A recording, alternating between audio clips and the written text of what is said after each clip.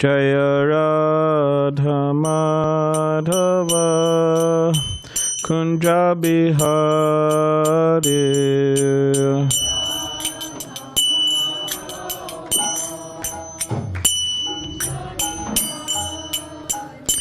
Jaya Radha Madhava Kunja Bihari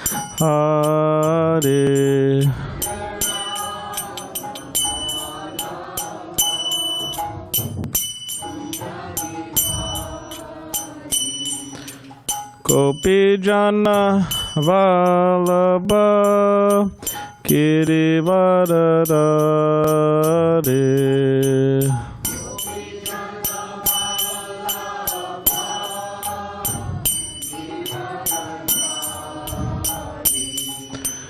Gopi Jana Vallabha Girivardhari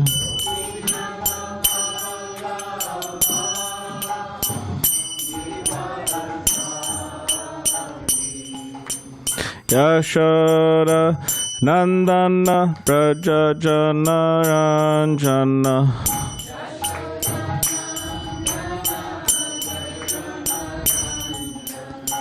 Yashoda Nandana Prajajana Ranjana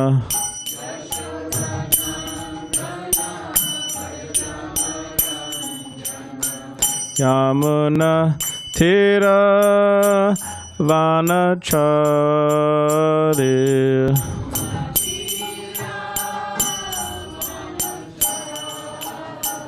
Yamuna Tira Vanachari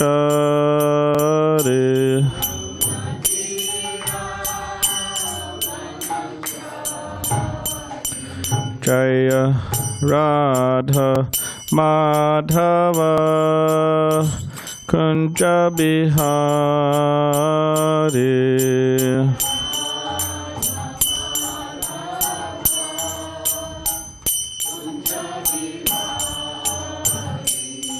Jaya Radha Madhava Kunja Bihari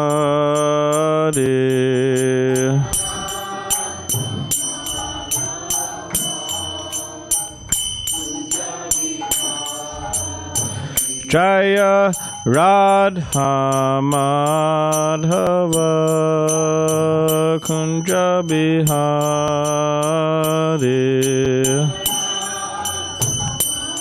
Madhava Kunja Bihari Hare Krishna. So this evening we'll be reading from Srimad Bhagavatam, 4th Canto, Chapter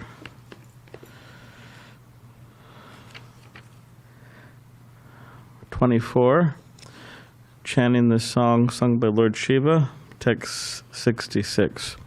So if everybody could please repeat after me. Om Namo Bhagavate Vasudevaya. Om Namo Bhagavate Vasudevaya. Om Namo Bhagavate Vasudevaya.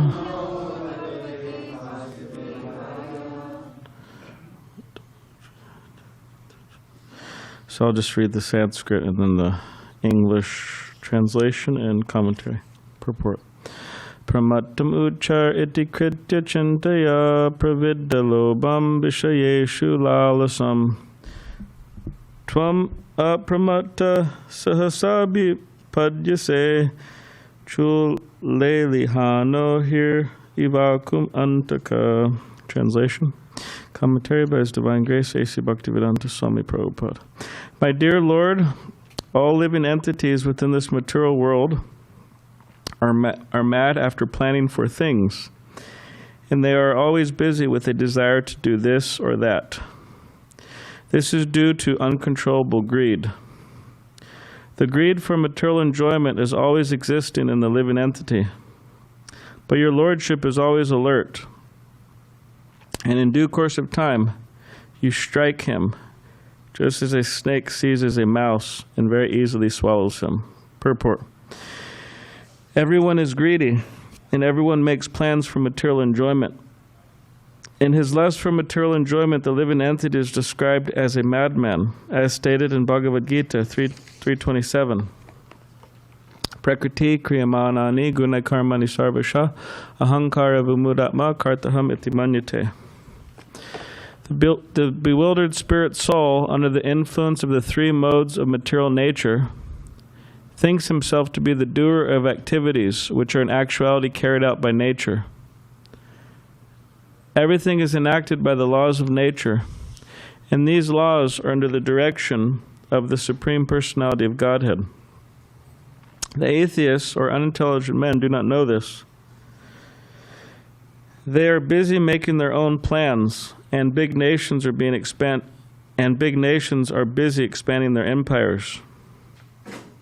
And yet we know that in due course of time, many empires have come into existence and been destroyed. Many aristocratic families were created by people in their extreme madness.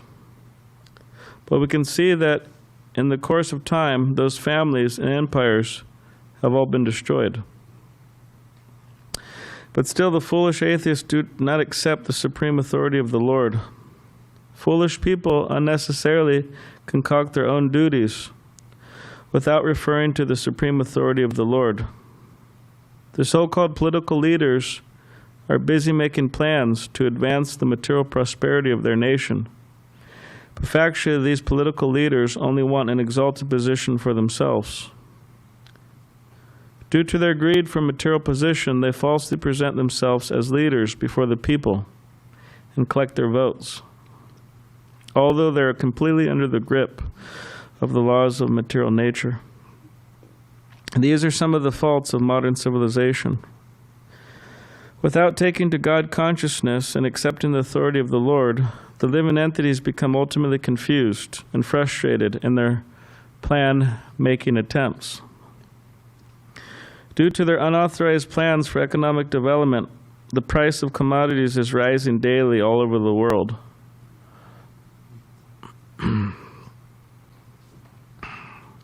This is written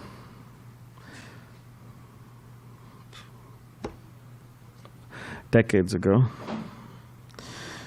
50 years. So much so that it has become difficult for the poorer classes, and they are suffering the consequences. And due to lack of Krishna consciousness, people are being fooled by so-called leaders and plan makers. Consequently, the sufferings of the people are increasing. According to the laws of nature, which are backed by the Lord, nothing can be permanent within this material world. Therefore, everyone should be allowed to take shelter of the Absolute in order to be saved. In this regard, Lord Krishna says in Bhagavad Gita 5:29, Bhoktaram yagatapasam sarvalokam suridim sarvabhutanam gatvamam shantam richati. The sages, knowing me as the ultimate purpose of all sacrifices and austerities, the supreme Lord of all planets and demigods, and the benefactor and well-wisher of all living entities, attain peace from the pangs of material miseries. If one wants peace of mind and tranquility in society, he must accept the fact that the real enjoyer is the Supreme Personality of Godhead. The Lord is the proprietor of everything all over the universe, and He is the supreme friend of all living entities as well. By understanding this, people can become happy and peaceful individually and collectively. Om Jnanatimirandasya Gananjana Shalakaya Chakshulan Militam Nena Tasmai Shri Gurave Namaha Mukam Karitivachalam Pangam Langai Tegirim Yat Kripatamaham Bande Shri Gurundiritaranam Vancha Kaptiribishcha Kripasundibevacha Patitanam Pavanebhyo Vaishnavebhyo Namaha Jai Shri Krishna Chaitanya Prabhu Nityananda Shri Advaita Gadadhar Shivasari Gaura Bhaktivinda Hare Krishna, Krishna Krishna, Hare Hare, Hare Rama, Rama Rama, Hare Hare. So I read the translation again. My dear Lord, all living entities within this material world are mad after planning for things, and they are always busy with a desire to do this or that. This is due to uncontrollable greed. The greed for material enjoyment is always existing in the living entity, but your lordship is always alert, and in due course of time, you strike him just as a snake seizes a mouse and very easily swallows him.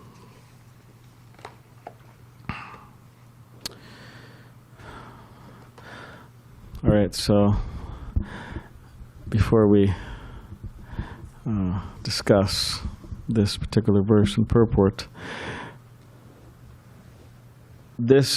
what should we do? I don't know if it makes sense, because I think the air conditioner's on. What's on, Balarama? Yeah, the fan. It's just fan only. Okay. It's air conditioning, but you can run it without heating or cooling, so it's just. It's a fan. Okay. Just a fan. All right. But if it's too noisy. Well, I thought it was the air conditioner and the door was open. That's why it was, because generally it's like one or the other. But if, yeah, that's. Well, what do you think we should do? Should we open the doors or should we turn this? Huh? Turn it off? Okay. Who knows how to turn it off? Okay. You gotta tech.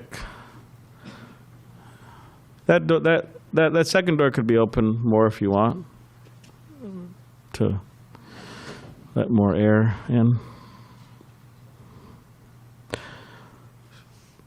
So one of the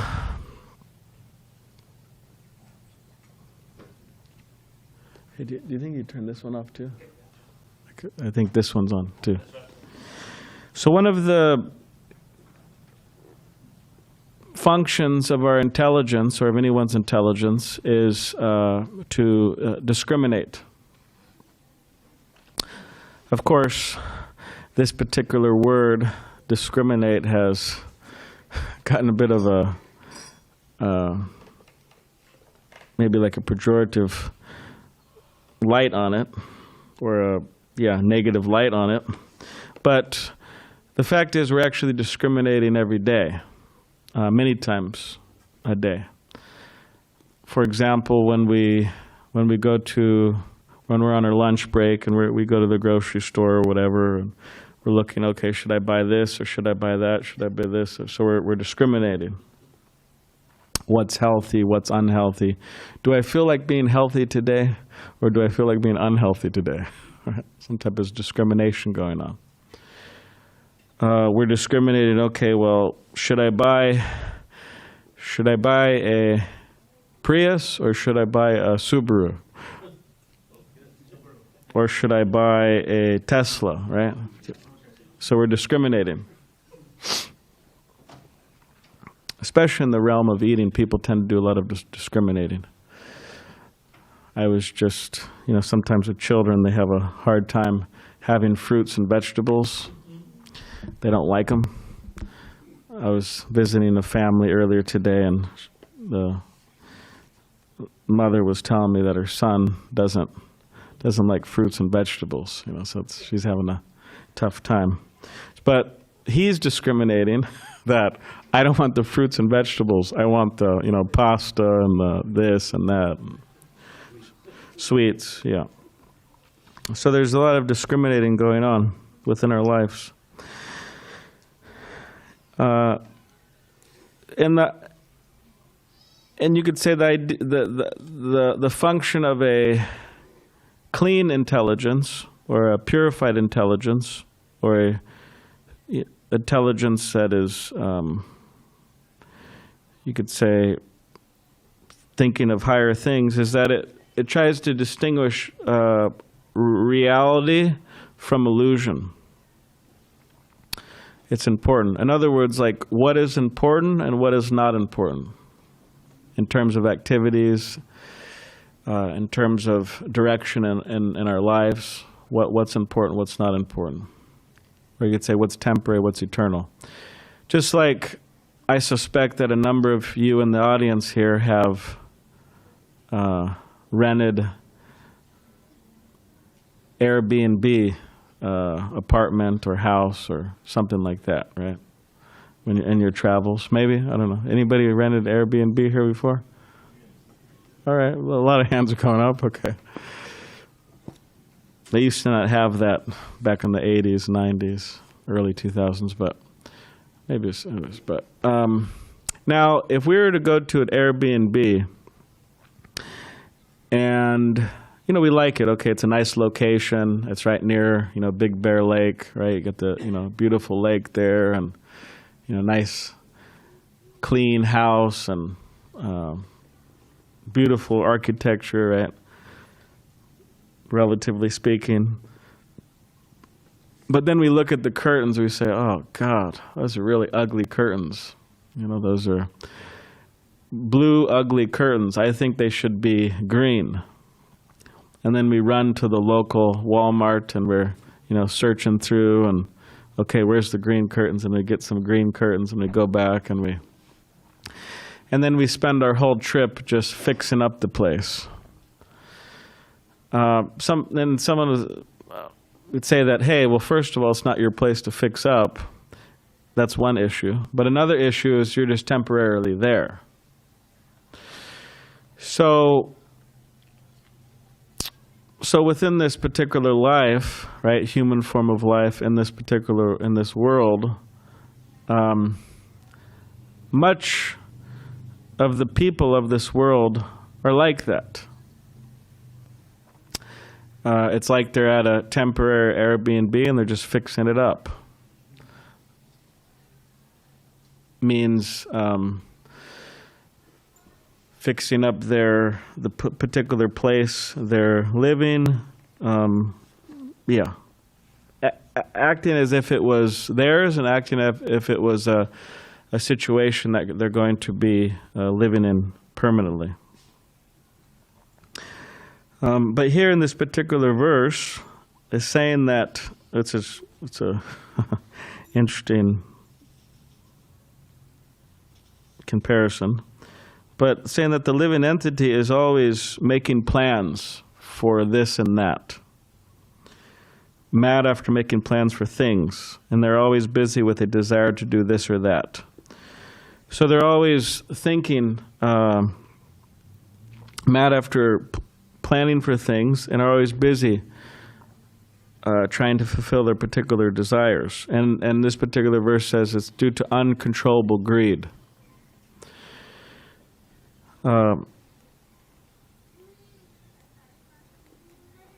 So now within Krishna consciousness, or when we progress more in Krishna consciousness, it's not that we completely renounce everything. We still may have a house, we still may have a car. Lately, to live at a temple means things tend to break, every once in a while. Or in a house, whatever. So, sometimes the sink is leaking in the kitchen. Okay, that needs to be fixed. Okay, the front arch is there. The paint is peeling. The material's deteriorating. So okay, you have to, right? Or the sun has completely ruined something. So repaint it. So all these things, right?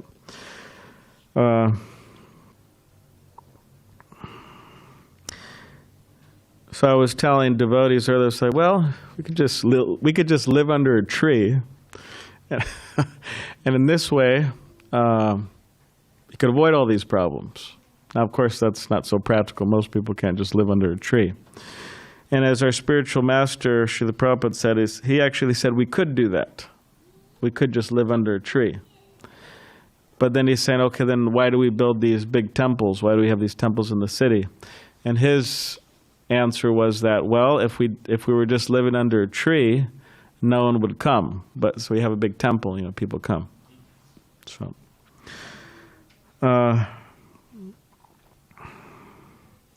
but this, say, plan making is always there. But again, it's not that we have to renounce things, but the idea is that instead of it being a perpetual race or perpetual game to get more and more and more and more and more and more and more, a devotee lives a simple life. or a controlled life. A controlled life, a simple life. Like sometimes, especially in modern world, people think that they may think that the part of the perfection of life is being in a successful romantic or successful relationship, marriage or not marriage. But within Krishna consciousness, that may be there. Someone may be married. Most people are. But that is something that is not the center of one's existence. So in other words, Krishna, or Krishna consciousness, advancing in Krishna consciousness is the center of a devotee's activities, not other things.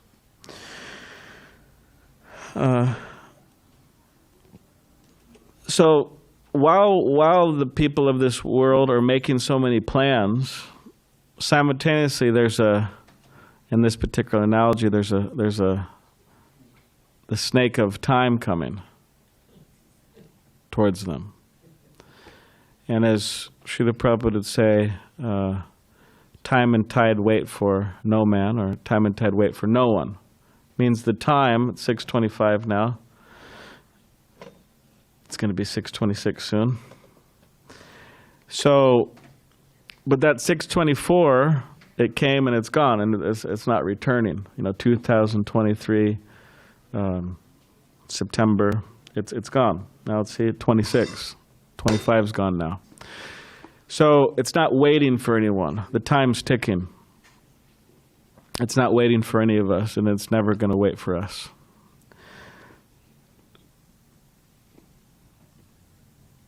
So what does that mean practically? It means that as human beings, we want to try to utilize our time in the most beneficial way.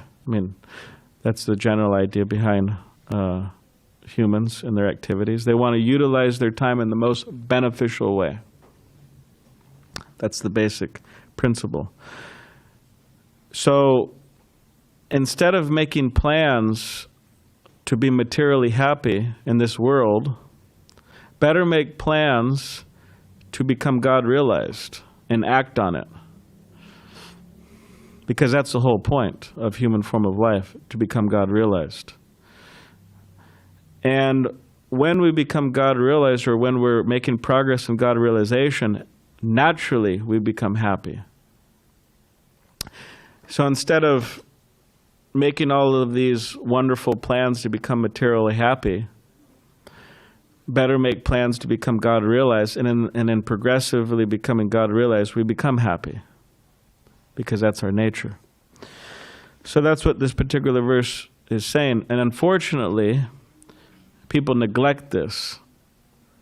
And just as the snake comes and devours a mouse, they become devoured by time with no tangible benefit. That's the issue. And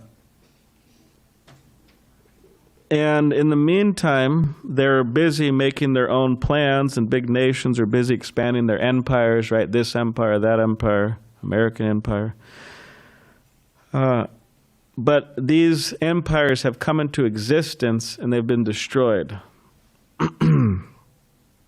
As well as many aristocratic families, right? Very refined, very cultured, educated, wealthy families.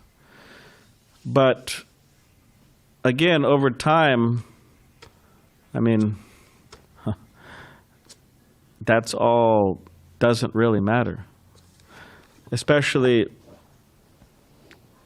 again, I was visiting this family earlier today, and the grandparents are getting up there in age. They're 86 and 81. And everybody's feeling that. They're feeling that these people aren't, my grandparents, my parents, my grandparents, they're not young anymore. And a very interesting thing with human psychology is that like we're feeling that the body's aging. We look in the mirror, the body's aging, or just we think about it, the body's aging. Okay, 30, 35, 40, 45, 50. It's aging. But within us, we may not feel like we're aging. We may feel, young. But the body's aging. So it's interesting because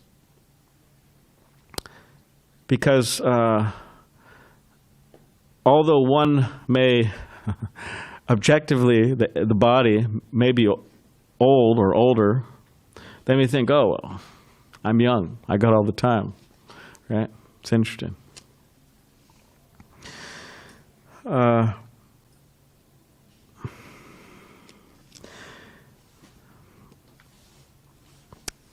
But as Srila Prabhupada said, what is the definition of young and old? Generally, we think of young as we got a lot, we got some years ahead of us, right?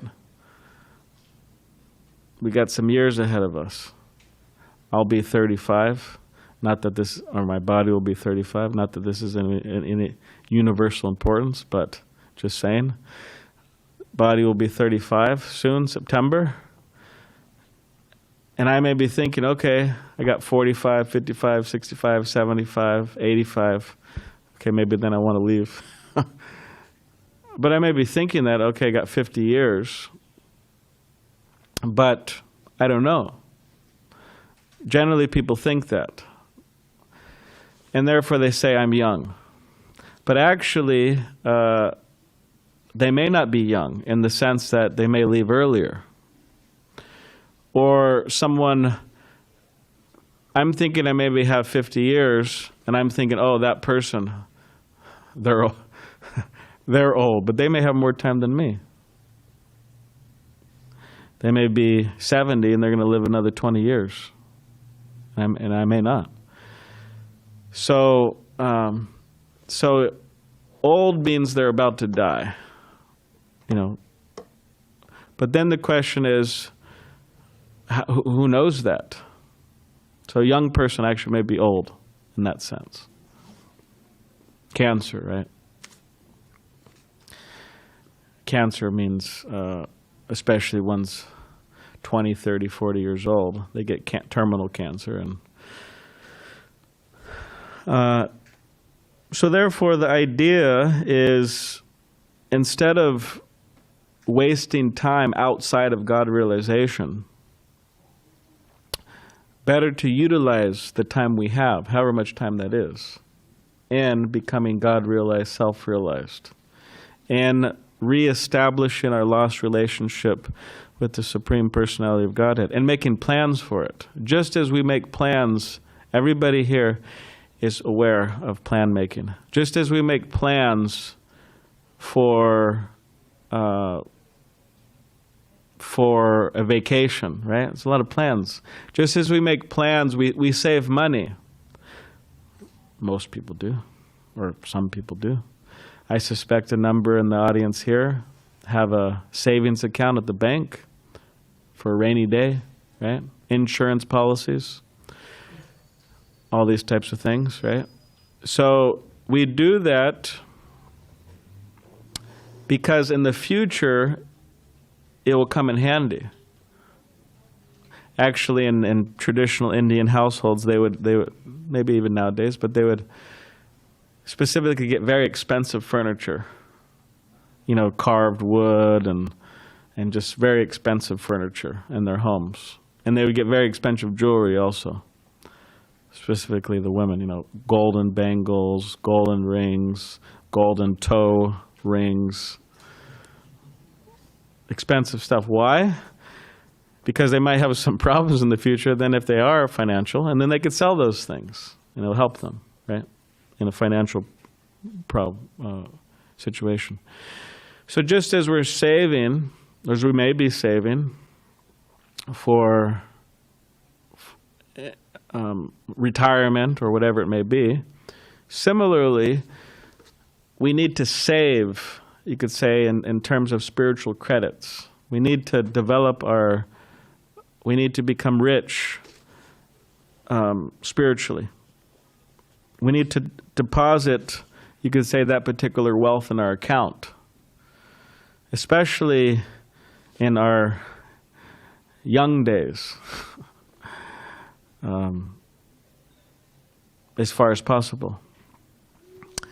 And of course, a very common, or unfortunately common, phenomenon is that people think, oh yeah, when I've completely spent all of my time and energy on everything else besides God realization, then later in my life, then I'll surrender, right? But it's an issue because we've spent many years, 10, 20, 30, 40, 50 years, doing non-God realization stuff, and we haven't deposited any spiritual credits in our bank account. So then at that particular time, what energy do we have to do that? And it becomes very difficult.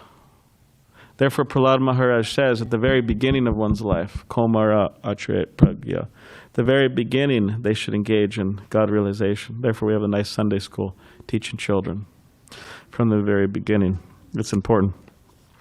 But we shouldn't be depressed if we started late. There's still a little time. So we need to make those plans. So therefore the Vedic system is that there's a particular, you could say, drawn out map, general drawn out map of everyone's lives. Not astrologically speaking, not the details, not where you're going to live or who you're going to be married to or if you're not going to be married or whatever, all these different things. But it's a general drawn out map.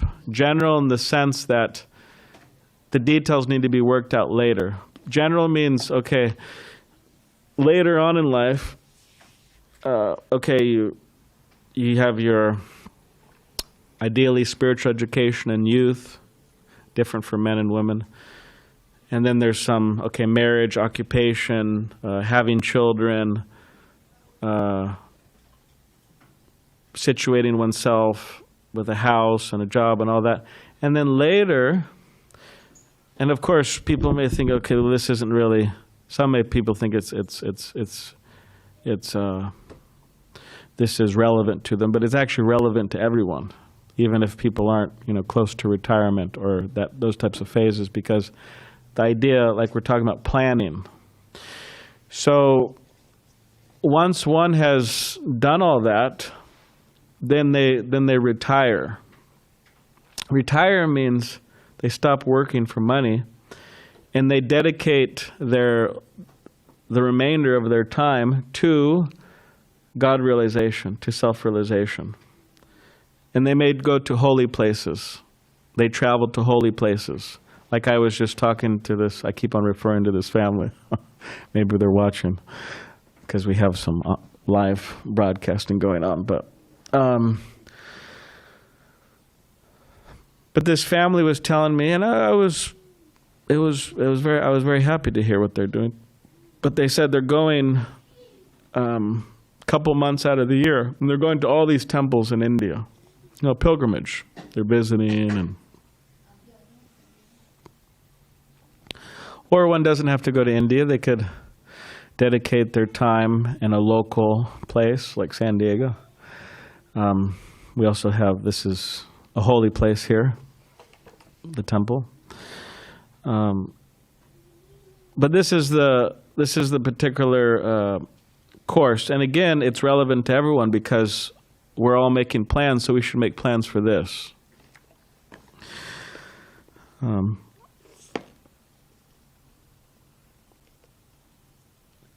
So just a few more things.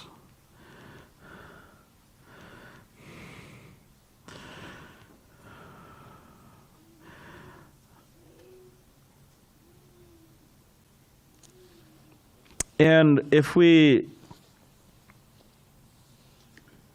in the basic the sufferings of our own suffering and the suffering of others, is a large part of it is not really knowing what to do or what not to do. And it's a very interesting thing Srila Prabhupada says here. He says, people unnecessarily concoct their own duties without referring to the supreme authority of the Lord. So that's, welcome to modern world. Just a whole bunch of mental concoctions. What am I supposed to be doing? Where am I supposed to be going? Who am I supposed? It's just the whole thing's just one big mental concoction, and we see the results. Just look at the statistics of the problems of the world, of the suffering of the world, because they're just running on all these mental concoctions that are not true. So therefore, the idea is, instead of buying into all the mental concoctions of the so-called leaders of the world, or our own mental concoctions, we should consult.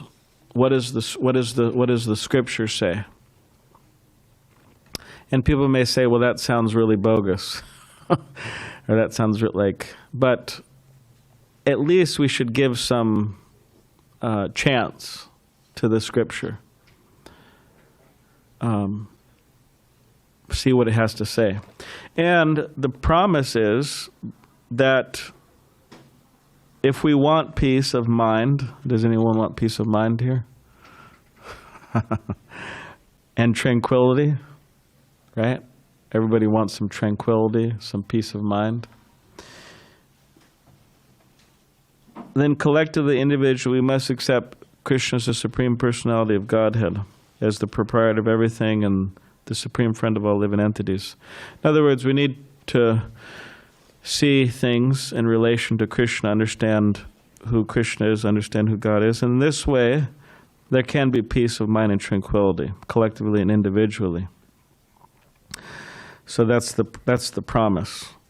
So again, we need to, according to the advice of the Srimad Bhagavatam, use our intelligence to distinguish between reality and illusion, or what is temporary, what's eternal, what is worth engaging in and what is not worth engaging in, and try to, instead of making all types of plans to be materially happy in this world, try to make plans for God realization and act on them.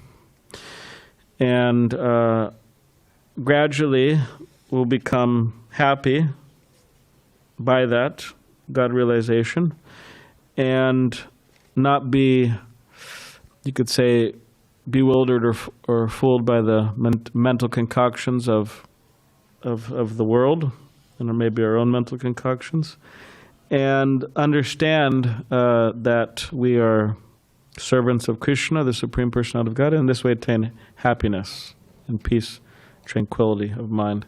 So does anybody have any question or comment about anything? Balaram, I wanted to share with you, with my work, sometimes I have to travel. And at one point I was speaking with one gentleman, you were talking about, the influence of time and getting older, and we don't know when we're going to die, so in one sense we don't know exactly how old we are. Yeah. But it was interesting. I was talking with this gentleman as he's looking around. He says, I'm amazed. He said, how many people make it to this age? I'm 65. And he was talking, those people in their 50s and 60s, people are getting knocked off all the time. So when I see a person walking around that's that age or older, he says, I'm just amazed. He's saying, I'm appreciated that they made it that far. How old is this guy?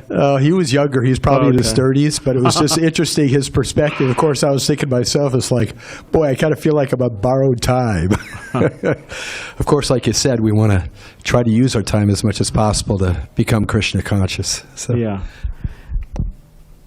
Yeah, that's one of the respects towards, you could say, elders or people, who've kind of made a distance. One is that just because they made a distance, give some respect. You've been through, this and that and a lot of experience. So, does anybody have any other comments or questions?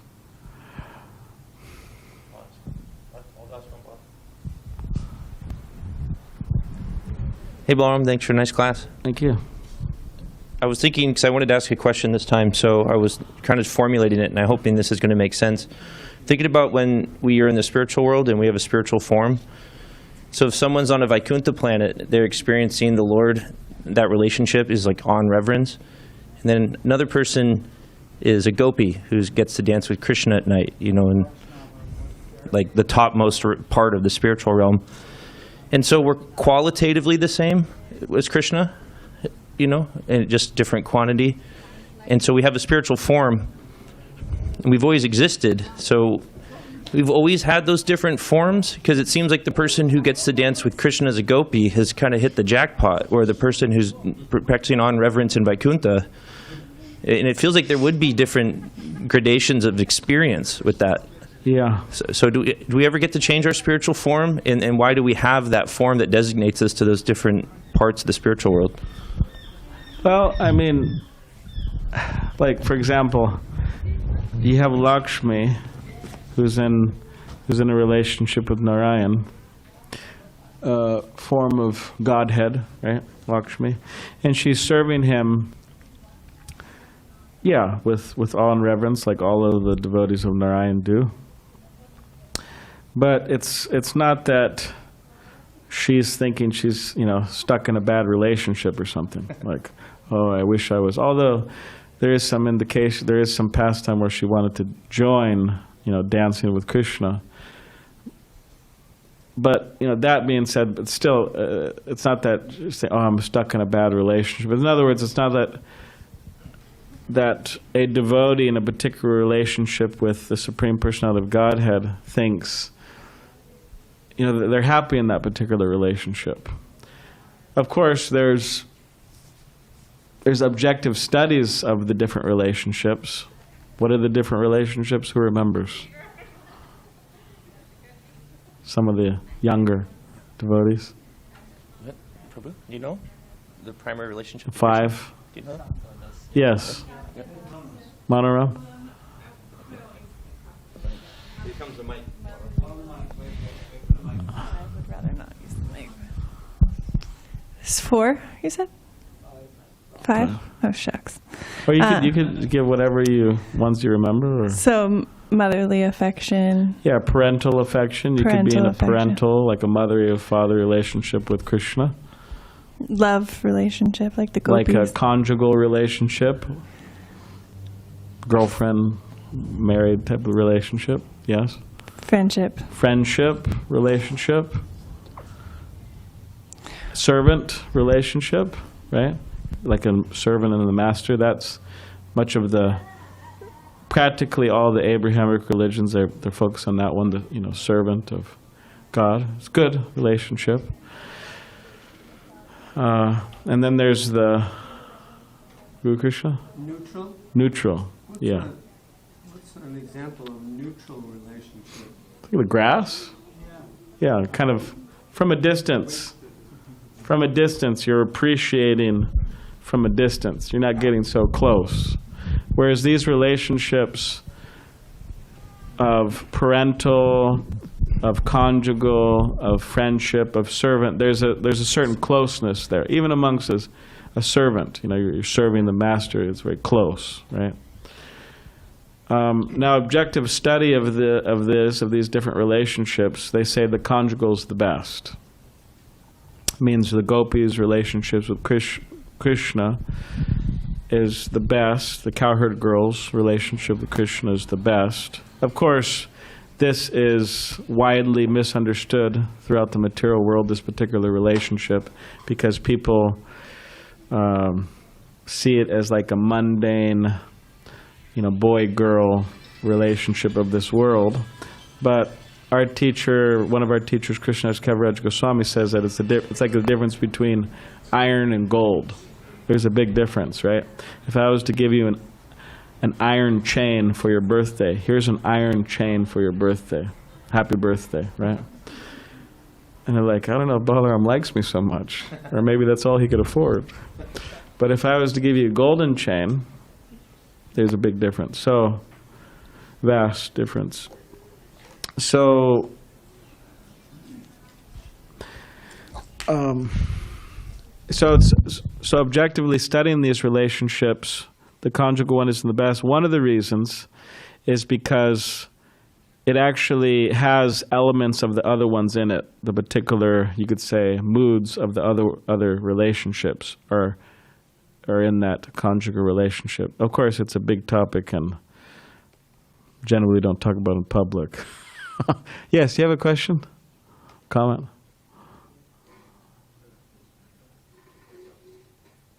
Hare Krishna Prabhuji. Thank you for a nice class. So, after hearing your class, I remember two important events that I heard from stories. Like one is Buddha, who completely transformed after knowing the death. That is one. And I think it was Yudhishthira when he was asked somebody, what is the most mesmerizing or amazing thing that you have ever come across? He said, even though we know death is there, but people don't think that it is in front of them. So is it because our soul is eternal, we don't want to die, we always aim for living forever, and that is the reason we don't pay attention to this, or why it is that? Yeah, there's something, the soul's eternal, as Krishna says in the Bhagavad Gita. Soul's eternal. And the soul's transmigrating from body to body, even in this body, right? Dehinosmen yata dehe komaram yovanam jara tata dehantara praptiridas tatra namuyati. So a sober person is not bewildered by such a change of the body. The soul is transmigrating this body from childhood to youth to old age. Body's changing, the soul's just moving. And similarly, the soul goes to another body at the time of death. A sober person is not bewildered by such a change. So, as Tyler was saying, the idea is to break the karma chakra, the samsara chakra, the wheel of birth and death, and to attain a spiritual form, which is eternal. But because the soul's eternal, we don't like to, naturally we don't want to stop existing, because we like existing. Generally, people like existing. So therefore we may not think about it and may just kind of put it off or this or that, and we may not. But you could say it's a type of illusion. It's an illusion to think that the body will just continue. Or to act in such a way as if it would continue forever. But therefore, again, the whole idea behind human form of life, specifically the human form, is to engage in God realization, self-realization, and to attain a spiritual form in which we don't have to leave. There's no eviction. Dravida Prabhu has some.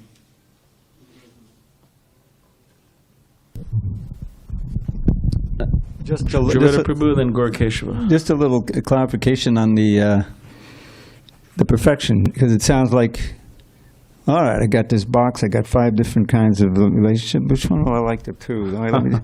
It's a swarup. We have that. It's all covered. All of us are naturally either servants, friends, parents or lovers of Krishna, or we have a passive relationship like the grass or whatever. But it's important to realize that when you get attracted to Gaudiya Vaishnav, to this path, then it's an indication that your sarup is generally, certainly one of the top 4, if not the top 3. Within Lord Chaitanya's line, you find mostly within the conjugal ras, but also you have friends and parents, and that's perfectly knowledge. In the Srimad Bhagavatam second canto, there's a table of contents, chapter 10. It has what's the contents of the Bhagavatam, and one of the subjects is mukti, which you may have heard of, moksha, liberation, and it's defined there. Very interesting. What is it? Mukti hitvanyata rupam swarupena vivastati. Hitva anyata rupam. All of these rupas, all of these forms that we've had, and even in this one life, we're all, as Balaram pointed out, we're changing our form. The body's changing throughout our life. We're transmigrating in this very life. And we've had many, many, many forms before, and if we don't do anything, we'll have many in the future. So the point is, all of those forms are not us. That's not our real form. We have a swarup, which is our actual form, which is perfectly suited for whatever rasa we have with Krishna, relation with Krishna. So Krishna consciousness is meant for uncovering that natural relationship. And that's why all of these books Srila Prabhupada gave us, we can hear about Krishna, the Krishna book, the 10th canto, and be attracted naturally as we progress to a certain kind of relationship with Krishna. And the perfection is to understand that and live in it before we leave this body. So death is simply, like as Krishna says, taking off a set of clothes. We're not dying. Nobody dies. Every single body dies, but nobody dies. They wake up and open your eyes. You're not that body or pure spirit soul, chant the holy name and attain life's goal. And that life's goal is discovering your Sarup and acting in it and by the process of devotional service. Hare Krishna. Yes, Haribo. Keshav? Thank you, Drivada Prabhu, for nice poetry and sharing the 10th canto. Thank you, Balaram Prabhu. My question is related to this verse that you just discussed. In the first line of the purport, Srila Prabhupada mentions everyone is greedy and everyone makes plan for material enjoyment. In his lust for material enjoyment, the living entity is described as a madman, right? So there is a category of people who are very greedy, right? They are making plans, but at the same time we have Vaishnavas, we have devotees. Like Arjuna is there. He didn't wanted to fight. He told Krishna, I don't want to fight. So while we are living in this world, we will face such kind of people, who are very greedy, who may also try to take away whatever is our, legitimate right, whatever we are, authorized for. That will happen. So how do we deal in those situations? All right, thank you.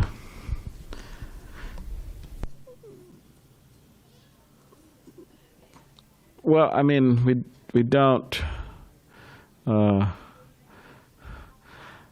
Yeah, I mean, there might be people who try to. I mean, that's the world. A lot of competition. Competition for money, competition for jobs, or whatever it may be.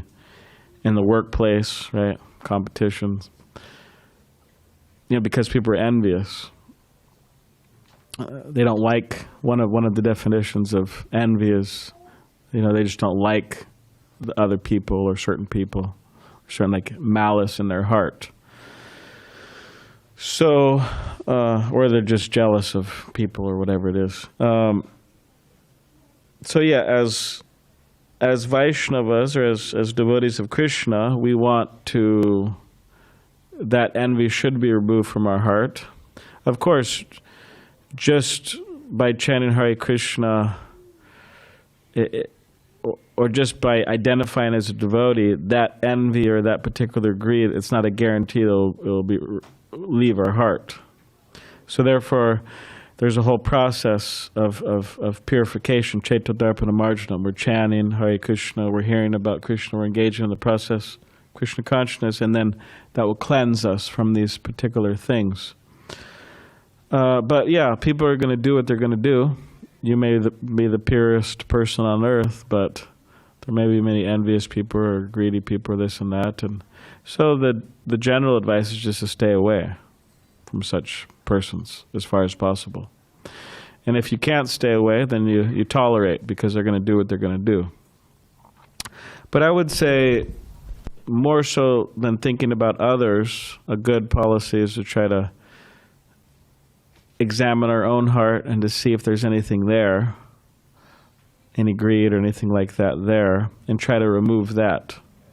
Because this particular verse and purport, one is that these books are meant for devotees. They're not just talking about the bad guys, right, if you want to call it like that. But so, in other words, this is a cautionary verse and purport for us as well, that, for example, I was actually thinking of saying this, but but I didn't. So I'm glad you reminded me. But every particular ashram has a particular duty that is purifying of one's consciousness in that ashram or in that status of life. So, for example, a student means like a brahmachari or a student that doesn't study or doesn't attend classes, they're not really performing their duty, or that doesn't do, in other words, there are certain duties that they have to do. So similarly, like a brahmana, those who know the term, a brahmana, like a teacher who doesn't teach, he's not really doing his duty. Or a sannyasi, like we had His Holiness Giraj Swami here. We'll have Swayam Bhagavan Keshava Swami coming on the 24th of September. Their roles of teachers, so they have to teach. They have to educate, teach. But if they don't do that, they're just kind of like, what's going on with this person? So similarly, one of the duties of those who are in the world making money is to give in charity. That's purifying for the particular consciousness. And then some people say, well, I don't want to give to any temple. I don't think they're going to use it properly. I had a friend like that. I said, well, you must be able to find one temple somewhere that you have faith in. He was having a hard time. Anyways, he's a bit of a, I think he's kind of exaggerating, but anyways. Or at least you have one person, to give to who will use that charity in good ways. For example, very common within India, people give charity. That's how all these big temples are built. They're not built by the Brahmins, by the educators, going out and collecting money, but they're built by donations in much of the religious world. A lot of temples and churches and mosques and so on. So yeah, this is one of the purifying elements. In other words, this verse could be seen in relation to ourself also. That has to be controlled, All right, so we'll stop there. And I think we have some announcements about this upcoming festival on Wednesday. Today is Sunday, so Monday, Tuesday, Wednesday, Janmashtami, Krishna's appearance day. We have Yamunapati Prabhu here. He's going to give us some announcements. So thank you very much. Hare Krishna.